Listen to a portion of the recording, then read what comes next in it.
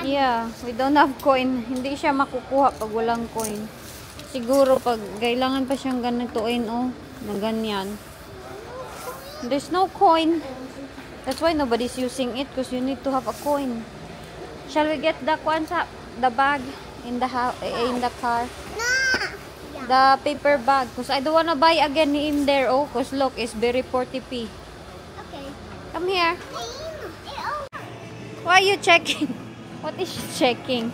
Malapit na yung Mother's Day nila, kaya marami silang mga pabulaklak. Hindi ko talaga nahilig yung bulaklak. Oy, sinabi ko kay Wayne, wag mo bili-bili bulaklak kay ang mahal. Ang mahal na bulaklak nila dito, tapos malanta raman ito. Sabi ko sa kanya, hala, oh, gi-injection na ni Nak. Because it's too colorful. Look, it's 10 pound. Yeah? Yeah, I think the water suck it. Unsa daw? Water suck it in there. Eh, dali na. Si Papa bitaw no, nung nahuli ko sila no, grabe yung kabakog yun. Kay may maganda kasi yan siyang big bike dati. Humunong ako. Tapos kumatok ako no. Pagkatok ko, sabi ko, that is towel. Sabi ko, pagkatok ko, nandito ba si Dudot? Dudot yung aking papa eh. Pero grabe yung kabako. Silang dalawa nakita ko. Kasi, oh, te, nandito ka pala. Ganun sabi ng aking papa. Hindi talaga ako umimik. Inaya nila ako magkain ng, yeah, that is the blanket. Ng hapunan or lunch ba yun? Hindi talaga ako kumain. Kaya never ko yan siya na like yung ano ni Papa. One. Kabit ni Papa. Look, let's look at some meat, be. May cashback sila eh. Pag magbili daw ako mang meat. Pag 12 pound, 1 pound yung ay. Wala man maganda na meat nila, oy. Ano ba yung mga meat nila? Mga baboy man. How about that? Hello, this one looks nice. What's that? Tender. Ay, pork man. Mura lang yung pork nila dito. Let me see here. Come here, let's look here. Ano, we buy some fruits? You buy some fruits, Cow? Your kuan. Pag magbili kami ng fruit at vegetable, may 1 pound ako na cashback. Sige, you look. There's strawberry. Can I have this? It's a scale. I want to buy this. That's a scale. Look for strawberry, anak. Ay, wala silang naka-rollback na strawberry. Choose this one. No. How much is that one? It's only 20 pounds. 20 pounds. It's 27. Now this one lang, oh, the little one. No, I said 27. Get two. The date. Get two. The date is 29 March. That's okay. This date is Wait, it's mommy will check the something. Yeah? Sayuti. What do you want? Kanina pa ito nag-away itong dalawa dito para mga kuwan. What bitaw? Ang bigat ng aming basket na puno na. Nagpalit ako ng sayuti.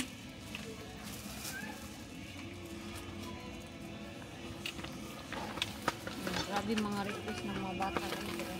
Don't fighting ha. Garap man mo uy. This spell yeah? That's sayuti na. How do you spell yeah? Yeah, W-Y.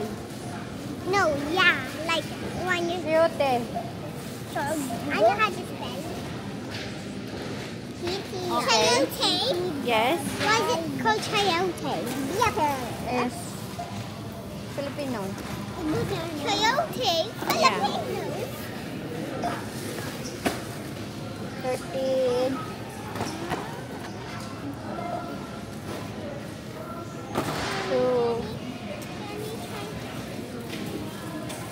How about this one? How much is this? You know what? I like shopping there compared to Morrison. Mommy, what's that? I'm gonna buy this. Yes. Because marami silang sale. No wonder why ang dami nilang customer. You know, I shop there. I pay 20 pound. They give me 2 pound cash back. And I even use a 1 pound from their last time. Ang ganda dito ay as in, hindi ka malulugi. Ang laki ng masisave mo dito sa Asda. Wait when you're in the car. I'll put it inside the kuan pocket. Close ang kanilang Asian shop. Home. Home now. No, I have school. JJ have school tomorrow. We'll come back tomorrow, okay? Let's come back tomorrow. It's night time. There's a lot of drunk people. Don't throw it, ha? I'll put it in the pocket, JJ. You said you're hungry. Why you didn't eat it all? Because it tastes me. What? Because it's hurting me. Eat the other side. Only.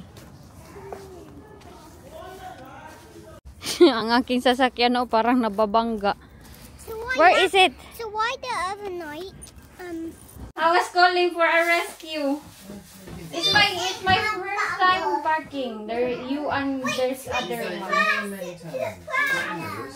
I'm okay lagi if there's no cars parked both sides. But like that I panic because I was like, oh no, maybe I hit the other one. Lang no, as that is good lang no. Not gonna slide, is it? Pretty underhand, isn't it? Thank you. You check, double check. I'm not gonna, because you've been stretched out, it's not gonna roll forward. Let me check. I already checked. Oh, You know, I mean, I already kanang panic in Mazda because I'm in second gear, too quick for, you know, go going down. Yeah, you stay first. Yeah, you panic. You just don't panic, mommy, right? Don't panic. That's the worst thing you can do. No, but panic makes you safe. Nagpanik ako pag parking kaya hindi ako marunong kay dalawang sasakyan nandito sa bahay, nasa neighbor, nasa kay dad, kay Wayne. Akala ko makuan siya ba? Mabangga ako. Tapos tawag ako ng tawag sa kanya. Hindi niya ako sinasagot kaya dapat ako daw yung mag-fix. What language is that? Tagalog. Use your cameras. Yeah? Look on the cameras. No, Use your cameras. Have a little look. Take your time. You'll be fine. What makes me panic is the two cars both But you, when you outside. panic, your brain goes. I was functioning. What makes me panic? Panic. I cannot make the proper car. Turn. Yeah. Yeah. That's what. Good job. There you go.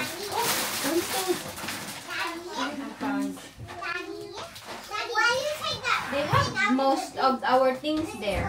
Yeah. They have mostly our things. 20 pound. They give me 2 pound. Yeah. I'm getting here. Yeah. You take that like little thing out of it because it's Try that again. you know that.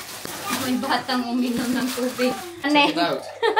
Someone is thirsty. I'll Inday niyo, panic pa more. Iwan ko ba, bakit ito dito? Hindi nila pa napahugasan talaga pag manok. Namiss ko tong ihaw-ihaw ng manok ba. Magaling ako sa mga slicing na ganito. Sarot. Kaya ako kasi yung umiihaw ng mga manok doon sa bukid. Super akong nagpanik. Uy, na hindi ako nagfunction yung aking utak. Yan yung problema sa akin pag nagpanik ako. Hindi nagpa-function sometimes yung utak ko. Tawag ako ng tawag sa kanya kasi gusto ko tulungan niya ako. Hindi talaga niya ako tulungan. Kaya para daw maka-learn daw ako na tua. Takot kasi ako baka mabangga ko yung sasakyan niya ba pag atras. Kasi both sides may nakapark sa aming neighbor at saka sa kanya. Mag-ano ako nito, adobo. Masarap talaga pag whole chicken, no? Iba talaga ang lasa pag mayroong mga buto-buto. Kaso wala silang ano dito, walang mga organs ng manok. Wala sila dito. Miss na miss ko no, magkain ng mga organs. Iwan ko bakit sila wala dito mga organs. Marinate pa siguro to para masarap, no? Excited kayo magluto inyong inday. Ang ending, agoy, walang tuyo na Filipino soy sauce. So, nilagyan ko na lang siya ng asin at saka konting magic sarap at vinegar at saka ito limonsito. Para bukas ko na, bukas na lang ako magbili nito kay wala man day akong tuyo na. Uy, naubusan na ako ng tuyo. Need ko pumunta ng Asian shop para magbili. Udlot ang pagkakuha ni Inday Eldin. Pagka-excitement, kumain ng adobo na mayroong buto-buto. Okay. Wala man tayo toyo, oy. Layo man ang kuami. Ay, hindi man naman malayo. Nandun lang yung pinupuntahan namin ba na Chinese. Mga 5 or 10 minutes drive. Bukas na lang siguro. Meron pa naman din akong itlog. Ito, oh. Itlog na lang yung aking ulamin. Ay. Andam-andam pa ako ng kuan, mga ahos ko. Kay wala na, naubusan din ako ng ahos. Diba? Ako na talaga naubusan ng mga ganyan. Wala eh. Wala man tayong kuan. Kain na lang ako ng itlog with asin. Ang aking kuan bo. Ang aking tang, ganun pala. Hala, 7 o'clock na. O, stressik. Kailangan ko na ipatulog kay mayroon yung pasok bukas. Nak! Sleep na, Nak! JJ! Sleep na kayo. Mag-school tomorrow. Akin lang siyang itry pa-school kung tatanggapin na siya. No, I don't have soy sauce, anak. What? Di ko water. Lip na.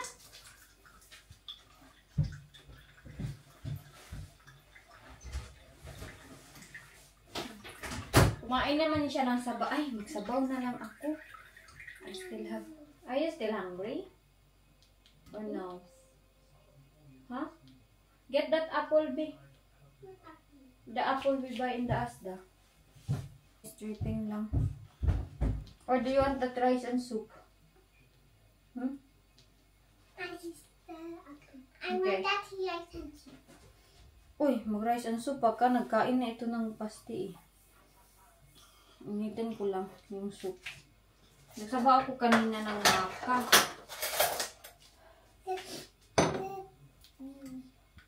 Let me see. Galia apple. Galia apple. They said it's sweet daw. Sweet. Sweet. Mommy, Johnny drink. It's dripping.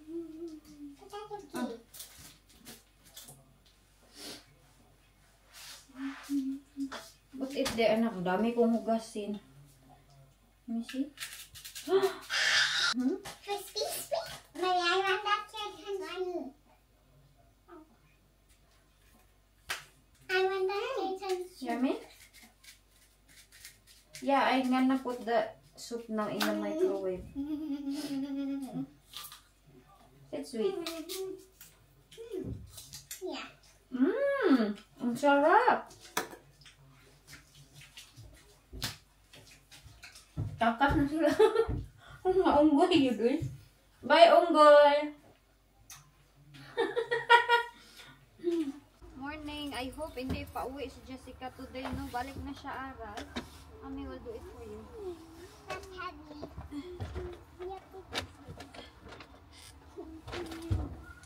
Dahil alam niyo ba ya dito, pag magkasakit yung bata, ayaw nila ipaaral the next day. Hello, guys. Iwan ko, let's just see kung ano yung gagawin nila. Go na in your...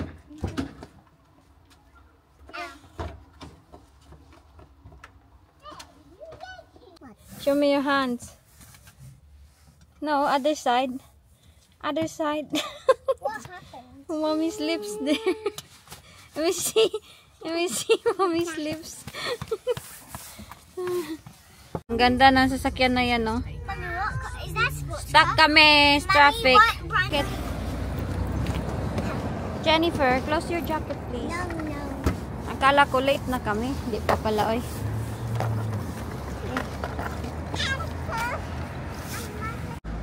Rest muna kami ni Inday dito kaya ang aking likod sobrang sakit. So, nag-uutos pa itong bata na nakaputi na naman, oh.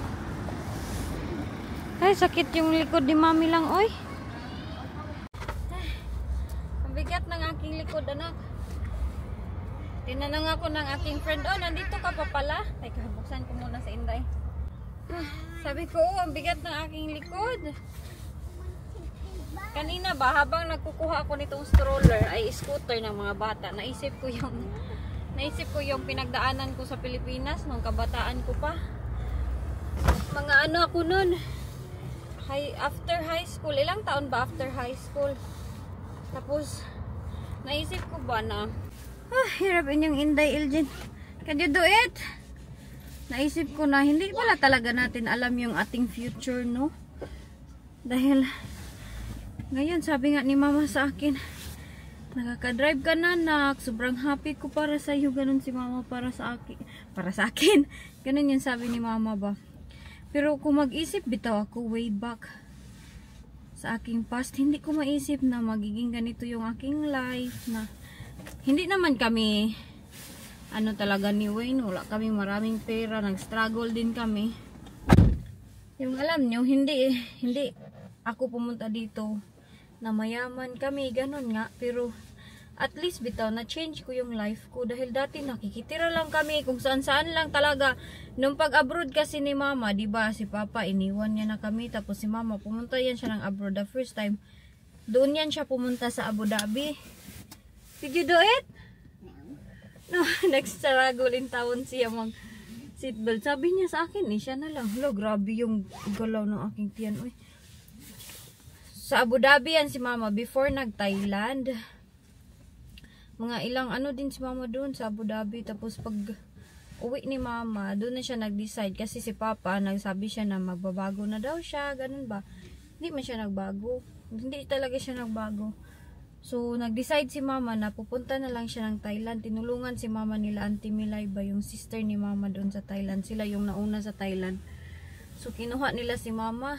Pagdating ni mama galing Abu Dhabi, sobrang kawawa yung mukha ni mama ay as in na para siyang nangitim. Ang expectation namin nun, kasi wala pang media, expectation namin, sobrang puti na siguro ni mama, sobrang ganda siguro ni mama, ganun. Pero hindi, pagdating niya galing Abu Dhabi kay nangitim siya.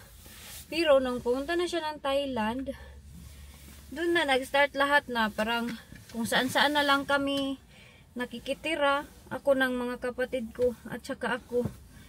Nagkahiwalay-hiwalay nga kami. Yung first time, ako nalayo sa aking mga kapatid. Did you do it, Nak? Ha? Sige, grab it more. Sige. Siya uning kamot naman. Kanina pa man ka, oy. Nag-aantay ako sa kanya kay nagsi-seatbelt. Ayaw niya magpatulong. So pag ano na ni mama, pag Thailand, doon na siya nag-blooming. As in, grabe yung pinagdaanan ni mama na trauma. Tapos kami, mga anak ni mama, is nakikitira lang kami kung saan-saan.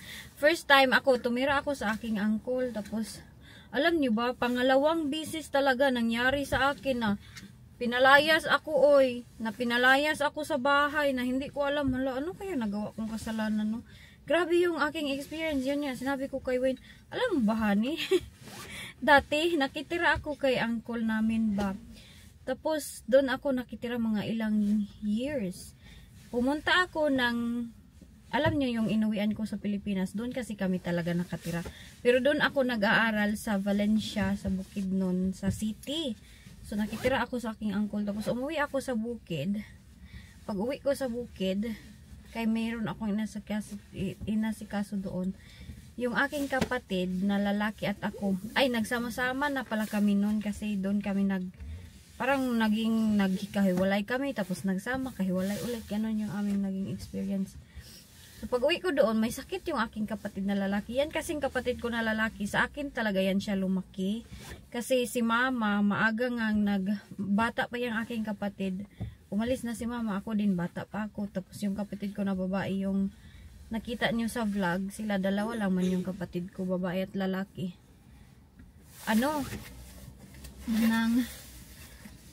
Doon na kami nag-ipon-ipon. Tapos pag uwi ko doon sa syudad, galing ako sa bukid, nashock talaga ako kay hindi na ako nakabalik sa bahay, kay pinalayas ako lahat ng aking mga gamit, nakapack na.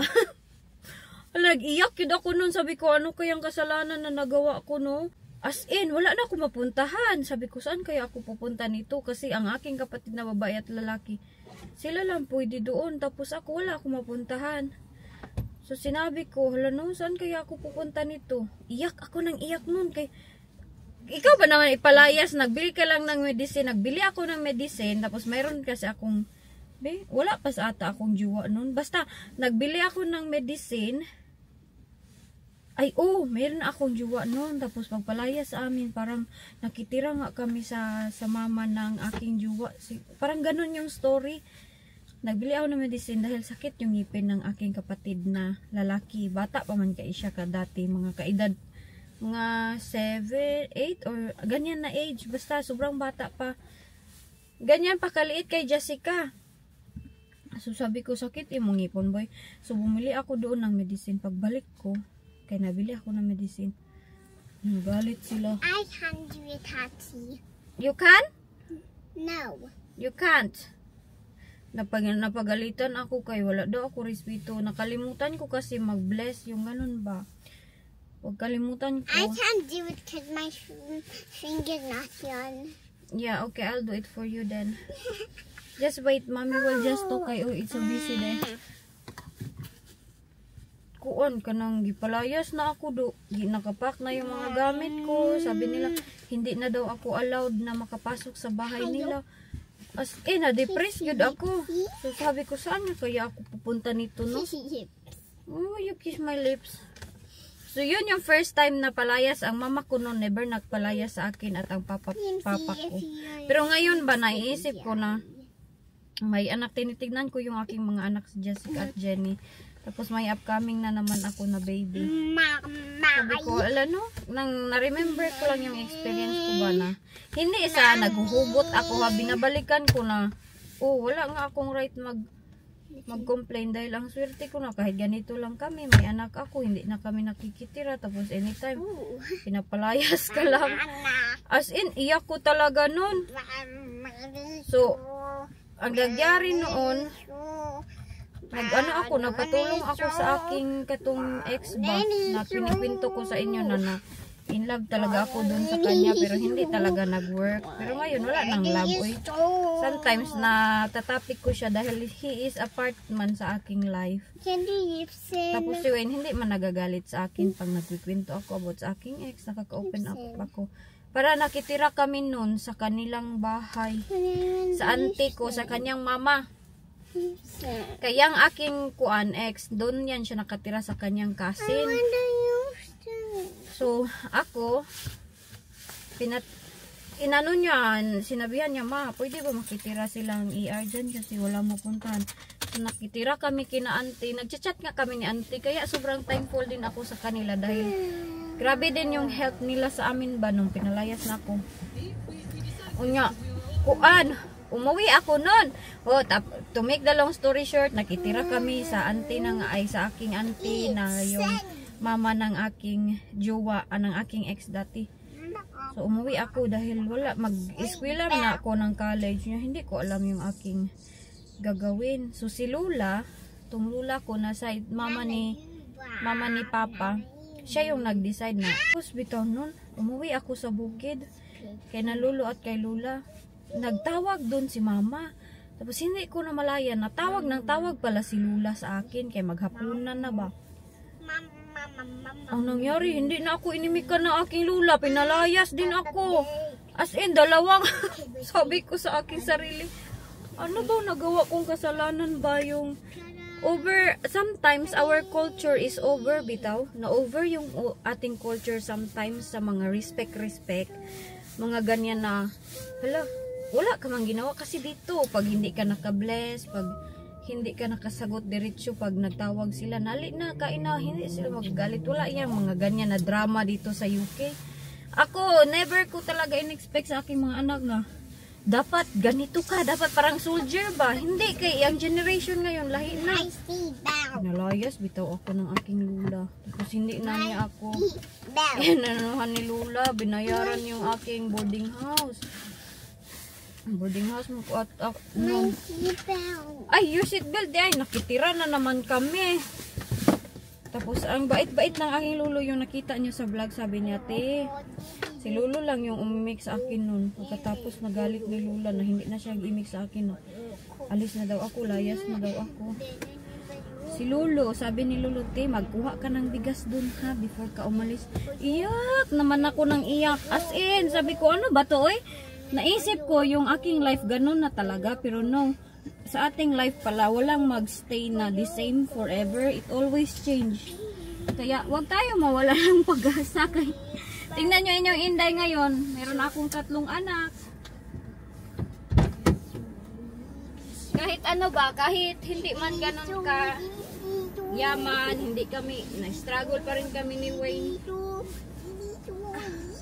At least mayroong mga anak na healthy, hindi na nakikitira, ganun.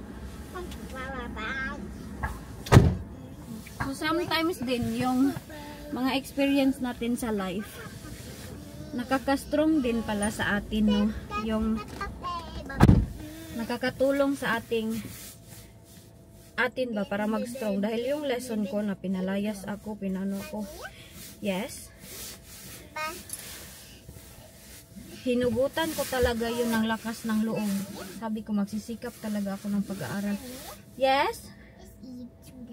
No, kahit anong mangyari, yun talaga yung dinatak ko sa aking ulo ba na kahit anong mangyari, magsisikap talaga ako. Dahil kung magbuntis-buntis ako maaga, ganon. Kung mag-minyo-minyo, yeah, just wait, mommy will drive. Pag magminyo ako ng maaga, ganun pa rin, may experience. Hindi ma-change yung pananaw ng tao sa atin pag we stay the same. So sabi ko, magsisikap ako ng pag-aaral. Susunod ako kay mama sa Thailand. Yun talaga yung nasa isip ko na. Kaya pag hindi ako nag-change sa aking status, wala talaga, same pa rin hanggang ngayon na as in sobrang hirap. Dahil ngayon, nakikita ko ba yung life ng aking kuan? Same pa rin na, mahirap lang. Mahirap din naman kami dito, pero at least bitaw na libre yung school ng mga bata, yung advantages dito, mga anak ka, libre, wala kang mabayaran. Pagkasakit ka, libre, ganun bitaw. Ganun yung pinagsasalamat ko na at least na iba yung aking. Sometimes no, pag grabe pala yung ating experience sa buhay, it will made us strong. Tapos nahuhugutan mo siya na ma-inspire ka na magsisikap talaga ako ng pag-aaral. Kaya pag ganito lang ako palagi, ano na lang yung life ko.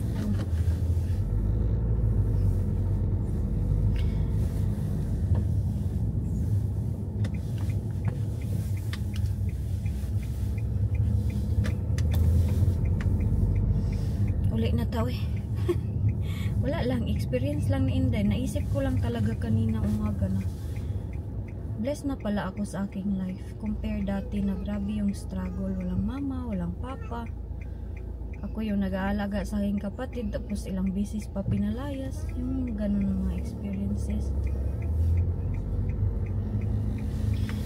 Thankful din ako sa aking mga experience.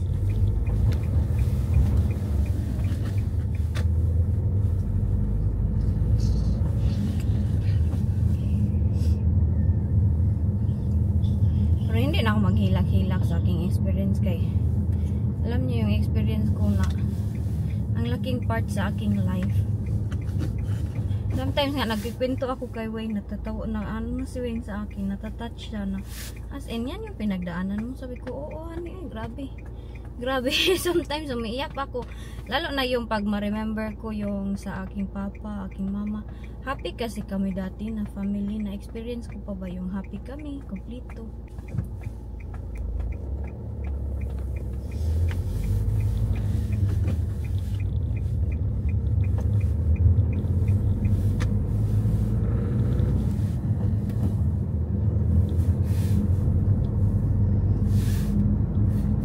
Baby.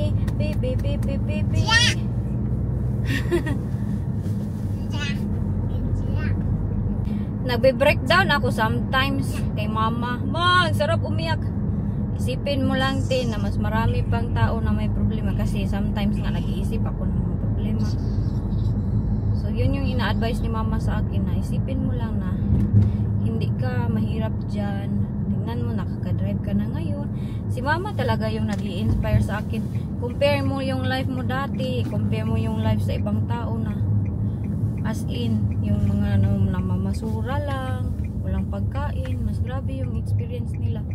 Thankful ako kasi may mama ako ba na masasabihan bitaw at mga kapatid na nag-aano sa akin, nag-i-inspire sa akin. Yung kapatid ko na nurse, nag-aaral ng nurse, sabi niya, mag-relax yun ka, hindi ka magpa-kuan-kuan. At ang aking kapatid na isa na babae, hindi magpa-stress-stress kay buntis nga daw ako.